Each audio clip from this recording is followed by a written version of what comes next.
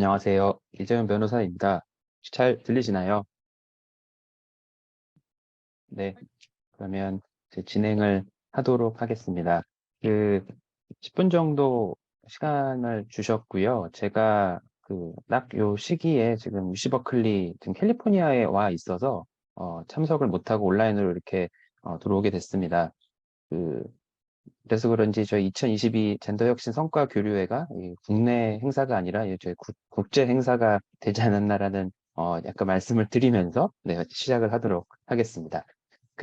사실은 법제도 연구회의 주된 내용은 뒷부분에 말씀해 주시는 다른 분과에서의 연구 내용들을 사실은 총합하는 사항으로서 법 개선 사항들, 제도 개선 사항들을 마련하는 연구회입니다. 그래서 순서상으로는 조금 뒤에 진행하는 게 맞기는 하지만, 네, 저의 지금 현재 상황 때문에 네, 이렇게 진행을 하게 됐고요. 간단하게 젠더 혁신 법제도 연구회 개요에 대해서 말씀을 드리겠습니다. 네, 뭐 다 아시다시피 저희가 과기법과 아까 저희 황판식 국장님께서 말씀해 주신 것처럼 과기법하고 성과평가법을 개정하여서 이 성별 특성을 반영하기 위한 법적 기반이 마련은 되었습니다.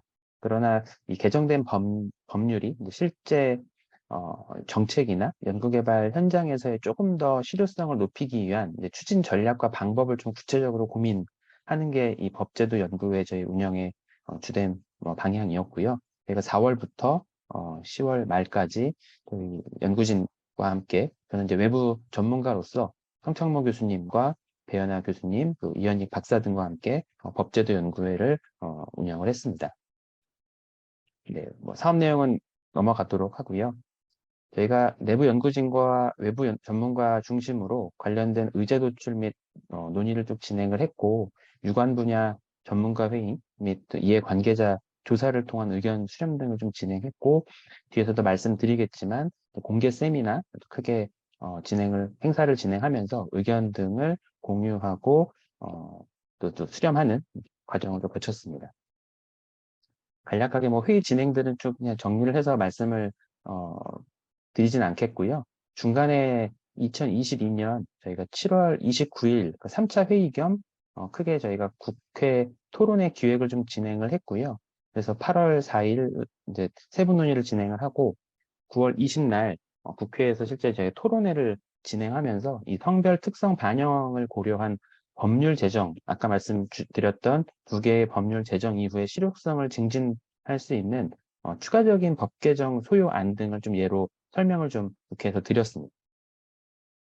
네, 요게 제가 9월 20날 진행했던 양성을 위한 과학기술 혁신 법제도 실효성 제고 방향 토론의 내용이고요.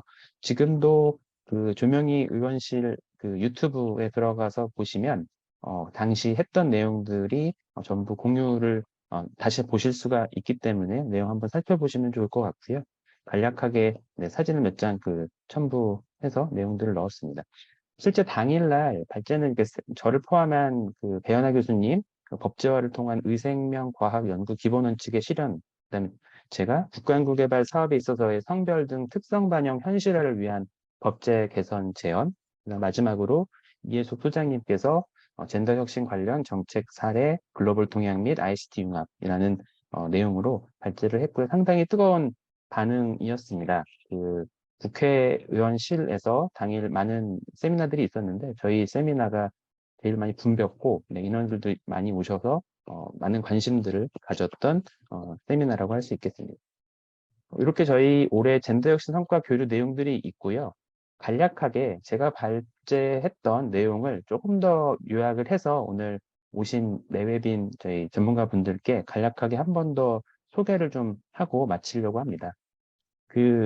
생별 특성과 정책 그리고 법인데요. 아마 대부분 아시겠지만 앞서서 저희 자문회 부의장님께서 말씀해 주신 것처럼 지금은 이 왼쪽 그림과 오른쪽 그림이 혼재되어 있는 것들을 저희는 조금 더 이해를 하고 구분은 할 수 있는 이제 수준에 많이들 왔다고 생각을 하게 됩니다. 그러니까 저희가 우주산업 인력의 여성 비중이 적은 그런 형태의 부분과 그다음에 어떠한 자동차를 만들 때 여성을 실험 대상으로 해보지 않고 만든 자석에서는 훨씬 더 여성이 많은 피해를 볼 수 있다라는 피해가 증가한다. 뭐 이런 식의 이제 저희 연구개발 결과 등이 나올 수 있을 텐데요. 이런 것들에 대한 성별 편향을 줄이는 현실적인 규제는 상당히 규정은 부재합니다.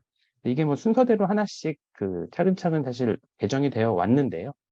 사회적 필요에 의한 성별 비율 고려 조항과 사실은 구분을 할 필요가 있습니다. 이런 형태로 성별을 고려하여서 위원에 대한 비율이나 임원에 대한 성별, 특정 성을 이사로 구성하지 아니하여야 한다라는 이러한 사회적 필요에 의한 성별 비율 고려 조항은 사실 많은 조문들에서 개정을 통해서 이루어져 왔고요.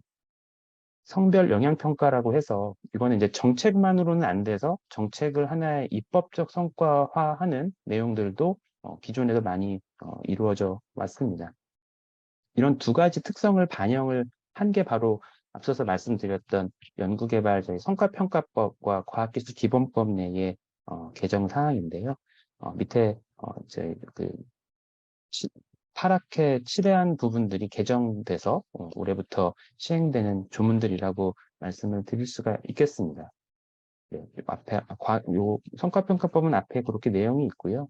그다음에 과학기술기본법도 맨 아래와 같이 이제 과학기술 기본계획을 세우는 경우에 성별 등 특성을 고려하고 그다음 사회적 가치를 증진하기 위한 과학기술을 구현하는 내용들을 중장기적 정책 목표와 방향을 설정하도록 입법이 되어 있고요.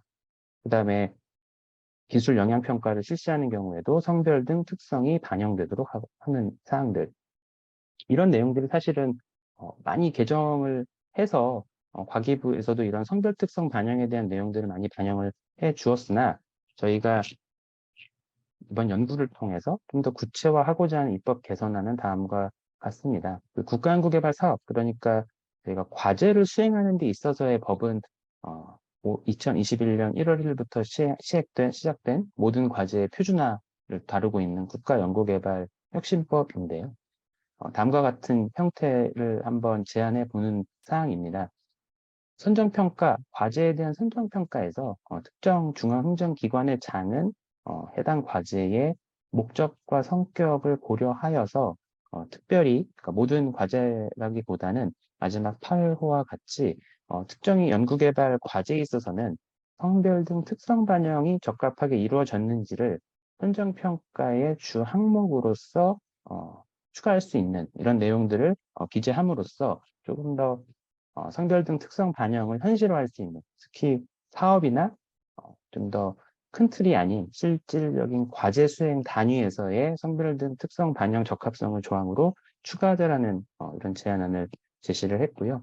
선정평가가 아니더라도 선정된 연구개발 기관에서 해당 연구개발 수행 계획서 내에 있는 협약서를 체결하는 그 과정에 있어서 협약서 내에 연구개발 과제에 있어서의 성별 등 특성 반영 적합성을 체결하는데 같이 기재할 수 있는 협약서 내에 넣을 수 있는 뭐 이런 형태의 내용 등을 반영하는 게 어떻겠는지에 대한 저희가 의견을 모았습니다. 근데 이런 내용이 사실은 특별한 거는 아니고요. 성과평가관리법 같은 데도 보면 저희가 특허나 기술, 특히 표준화 같이 특허청에서 저희가 DMP라고 하는 데이터 매니지먼트 플랜이라고 데이터 관리 계획이 필요한 연구개발 과제에는 DMP 관련된 계획서를 별도로 내도록 하고 있습니다. 유사하게 데이터 관리 계획이 필요한 과제는 데이터 관리 계획을 추가하고 그다음에 성별 등 특성 반영에 대한 내용이 필요한 과제에는 그런 내용들을 반영할 수 있는 사항들을 명확하게 기재하면 이게 사업의 내용뿐만이 아니라 특정 과제에도 명확하게 반영을 할 수 있다라는 취지에서 과학기술기본법이 아닌 국가연구개발혁신법과 그다음에 성과평가법 내에서의 평가 계획에 조금 더 추가적인 개정안이 필요하지 않나라는 내용들을 정리를 해봤습니다. 네. 여기까지 저희 법제도 연구회에서 올해 진행했던 연구 내용에 대해서 말씀을 드렸습니다. 네, 감사합니다.